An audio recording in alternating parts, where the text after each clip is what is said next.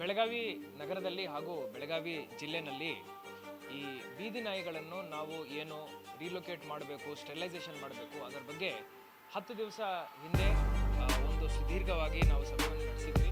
ಎಲ್ಲ animal lovers ಜೊತೆನೂ meeting ಮಾಡಿದ್ದೀವಿ, ನಮ್ಮ ಅಧಿಕಾರಿಗಳ ಜೊತೆ ಮೀಟಿಂಗ್ ಮಾಡಿದ್ದೀವಿ.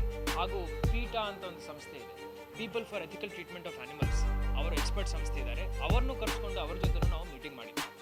ಇದರಲ್ಲಿ ಸರ್ವೋಚ್ಚ ನ್ಯಾಯಾಲಯದ ಆದೇಶದಂತೆ ಹಾಗೂ ಮುಖ್ಯ ಕಾರ್ಯದರ್ಶಿಯವರ ಮಾರ್ಗದರ್ಶನದಂತೆ ನಾವು 2 ಹಂತ ಈ ಕೆಲಸ ಮಾಡಬೇಕಾಗುತ್ತೆ. ಒಂದು, ಬೀದಿ ನಾಯಿಗಳಲ್ಲಿ ಯಾವುದು ನಾನ್ ಅಗ್ರೆಸಿವ್ ನಾಯಿಗಳಿರ್ತವೆ, ಅಗ್ರೆಷನ್ ಯಾವ್ದು ತೋರಿಸಲ್ಲ, ಅದಕ್ಕೆ ನಾವು ಊಟ ಕೊಡಬೇಕಾಗುತ್ತೆ. ಅಂದರೆ ಯಾರು ವಾಲಂಟಿಯರ್ಸ್ ಬರ್ತಾರೆ ಅವರು ಏನು ಊಟ ಕೊಡ್ತಾರೆ, ಪ್ರತಿ ಓಣಿನಲ್ಲಿ ಎಲ್ಲೋ ಒಂದು ಊಟ ಹಾಕಿ ಹೋಗ್ತಾ ಇರ್ತಾರೆ. ಹಂಗಾಗಬಾರ್ದು. ಸರ್ವೋಚ್ಚ ನ್ಯಾಯಾಲಯದ ಆದೇಶದಂತೆ ಒಂದು ಡೆಸಿಗ್ನೇಟೆಡ್ ಫೀಡಿಂಗ್ ಪಾಯಿಂಟನ್ನು ನಾವು ನೇಮಕ ಮಾಡಬೇಕಾಗುತ್ತೆ. ಅದನ್ನು ನಾವು ಪೀಟಾ ಸಂಸ್ಥೆ ಜೊತೆ ಹಾಗೂ ಇಲ್ಲಿ ಲೋಕಲ್ ವಾಲಂಟಿಯರ್ಸ್ ಯಾರ್ಯಾರಿದ್ದಾರೆ, ಕಾರ್ಪೊರೇಷನ್ ಅಧಿಕಾರಿಗಳ ಜೊತೆ ಸರಿಸುಮಾರು 27 ನಾವು ಆ ಥರ ಫೀಡಿಂಗ್ ಪಾಯಿಂಟ್ಸ್ನ ಐಡೆಂಟಿಫೈ ಮಾಡಿದ್ದೀವಿ.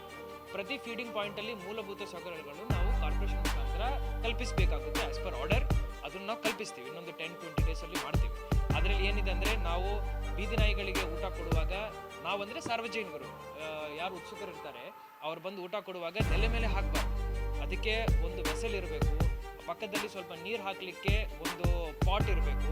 ಈ ಥರ ಮೂಲಭೂತ ವ್ಯವಸ್ಥೆ ಏನಿದೆ ನಾವು ಕಾರ್ಪೊರೇಷನ್ ಅವರಿಂದ ಕಲ್ಪಿಸ್ತೀವಿ. 2ನೇ ಹಂತದ ಕೆಲಸ ಏನಂದರೆ, ಯಾವ್ಯಾವುದು ಅಗ್ರೆಸಿವ್ ನಾಯಿಗಳಿರ್ತವೆ ಹಾಗೂ ಇನ್ಸ್ಟಿಟ್ಯೂಷನ್ ಒಳಗಡೆ ನಾಯಿಗಳಿರ್ತವೆ. ಉದಾಹರಣೆಗೆ ಜಿಲ್ಲಾ ಆಸ್ಪತ್ರೆ ಒಳಗಡೆ ಒಂದು 5 ನಾಯಿ, ಮತ್ತು ಒಂದು ಶಾಲೆ ಆವರಣದಲ್ಲಿ ಒಂದು 5 ನಾಯಿ, ಹಂಗೆ ಐಡೆಂಟಿಫೈ ಮಾಡಬೇಕಂತ ಹೇಳಿ ಐಡೆಂಟಿಫೈ ಮಾಡಿದ್ದೀವಿ. ಇಡೀ ಜಿಲ್ಲೆನಲ್ಲಿ ಹಂಗೆ 28,500 ನಾಯಿಗಳಿವೆ. ಸೊ ಇದನ್ನು ಪ್ರತಿ ಅರ್ಬನ್ ಲೋಕಲ್ ಬಾಡಿನಲ್ಲಿ, ಪ್ರತಿ ಗ್ರಾಮ ಪಂಚಾಯತಿಲಿ ಹಾಗೂ ನಗರದಲ್ಲಿ ಶೆಲ್ಟರ್ ಹೋಮ್ಸ್ ಮಾಡಬೇಕು ಹಾಗೂ ABC ಸೆಂಟರ್ ಮಾಡಬೇಕಂತ ಹೇಳಿ ಆದೇಶ ಬಂದಿದೆ. ABC ಅಂದರೆ ಆ್ಯನಿಮಲ್ ಬರ್ತ್ ಕಂಟ್ರೋಲ್. ಅಗ್ರೆಸಿವ್ ನಾಯಿಗಳು ಹಾಗೂ ಇನ್ಸ್ಟಿಟ್ಯೂಷನ್ ನಾಯಿಗಳನ್ನು ನಾವಲ್ಲಿ ಕರ್ಕೊಂಡು ಹೋಗ್ಬೇಕು. ಅಲ್ಲಿ ವ್ಯಾಕ್ಸಿನೇಷನ್ ಕೊಡಿಸ್ಬೇಕು, ಸ್ಟೆರಿಲೈಸೇಷನ್ ಆಪರೇಷನ್ಸ್ ಮಾಡ್ಬೇಕು, ವೆಟನರಿ ಸರ್ಜನ್ ಇರಬೇಕಲ್ಲಿ, ಎಲ್ಲ ವ್ಯವಸ್ಥೆಗಳಿರ್ಬೇಕು. ಅದಾದ ನಂತರ ಅಗ್ರೆಸಿವ್ ನಾಯಿಗಳನ್ನ ಅಲ್ಲೇ ಉಳಿಸ್ಕೋಬೇಕು. ಅವ್ರಿಗೆ ಸ್ವಲ್ಪ ಆಯುಷ ನಮ್ಮ ಮೆಡಿಸಿನ್ಸ್ ಎಲ್ಲ ಕೊಟ್ಬಿಟ್ಟು ಅಲ್ಲೇ ಉಳಿಸ್ಕೋಬೇಕು, ಊಟ ಕೊಡಿಸ್ಬೇಕು. ಯಾವುದು ನಾನ್ ಅಗ್ರೆಸಿವ್ ಇರ್ತವೆ ಎಲ್ಲಿಂದ ಪಿಕಪ್ ಮಾಡಿದ್ದೀವೋ ಅದೇ ಓಣಿಗೆ ತಂದು ಬಿಡಬೇಕಂತ ಹೇಳಿ ಆದೇಶ ಇದೆ. ಸೊ ಈ ಬ್ಯಾಲೆನ್ಸ್ ಏನಿದೆ, ಈ ಬ್ಯಾಲೆನ್ಸ್ ಮೇಂಟೈನ್ ಮಾಡೋ ಜವಾಬ್ದಾರಿ ಜಿಲ್ಲಾಡಳಿತದ್ದು ನಮ್ದಾಗುತ್ತೆ. ಹೌದು, ಸಾರ್ವಜನಿಕರಿಗೆ ಸ್ವಲ್ಪ ತೊಂದರೆ ಆಗ್ತಾ ಇದೆ. ಬಿಕಾಸ್ ವಾಕಿಂಗ್ ಮಾಡುವಾಗ ಈ ಅಗ್ರೆಸಿವ್ ನಾಯಿಗಳನ್ನು ನಾವು ಇನ್ನೂ ಕ್ಯಾಚ್ ಮಾಡಬೇಕಾಗಿದೆ, ಶಿಫ್ಟ್ ಮಾಡಬೇಕಾಗಿದೆ, ಅದಕ್ಕೆ ಸ್ವಲ್ಪ ಟ್ರೀಟ್ಮೆಂಟ್ ಕೊಡಬೇಕಾಗಿದೆ. ಈ ಎಲ್ಲ ವ್ಯವಸ್ಥೆ ಮಾಡಬೇಕಂದ್ರೆ ನಾವೀಗ ಜಾಗ ಐಡೆಂಟಿಫೈ ಮಾಡಿದ್ದೀವಿ, ಕಾರ್ಪೊರೇಷನಿಂದ ಟೆಂಡರ್ ಮಾಡಿದ್ದೀವಿ. ಈ ಟೆಂಡರ್ ಕೆಲಸ ಒಂದು 2 ತಿಂಗಳ ಒಳಗಡೆ ನಾವು ಮುಗಿಸ್ತೀವಿ. ಸ್ವಲ್ಪ ನಮಗೆ ಈ ಸಮಯ ಅವಕಾಶ ಕೊಡಬೇಕಂತ ಹೇಳಿ ತಮ್ಮ ಪ್ರೇಕ್ಷಕರಿಗೆ ನಾನು ಮನವಿ ಮಾಡ್ಕೊಳ್ತಾ ಇದ್ದೀನಿ. 2 ಮಂತ್ಸ್ 3 ಮಂತ್ಸ್ ಒಳಗಡೆ ಇನ್ಫ್ರಾಸ್ಟ್ರಕ್ಚರ್ನ ಕ್ರಿಯೇಟ್ ಮಾಡ್ತೀವಿ. ಅದಾದ ನಂತರ ಈ ನಾಯಿಗಳನ್ನು ನಾವು ಅಲ್ಲಿ ಶಿಫ್ಟ್ ಮಾಡ್ತೀವಿ. It's a very big exercise.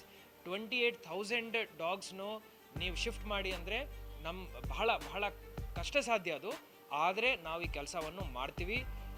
ಬರೀ ಸಿಟಿನಲ್ಲಿ ಅಲ್ಲ, ಗ್ರಾಮೀಣ ಭಾಗದಲ್ಲಿನೂ ಮಾಡಬೇಕು, ಮತ್ತು ಬೇರೆ ನಗರ ಸ್ಥಳೀಯ ಸಂಸ್ಥೆಗಳಲ್ಲಿನೂ ಇದು ಮಾಡಬೇಕು. ನಾವು ಮಾಡ್ತೀವಿ. 1 ವರ್ಷದ ಒಳಗಡೆ ಇದಕ್ಕೆ ಒಂದು ಸಾರ್ಥಕತೆ ಸಿಗುತ್ತೆ ಅಂತ ಹೇಳಿ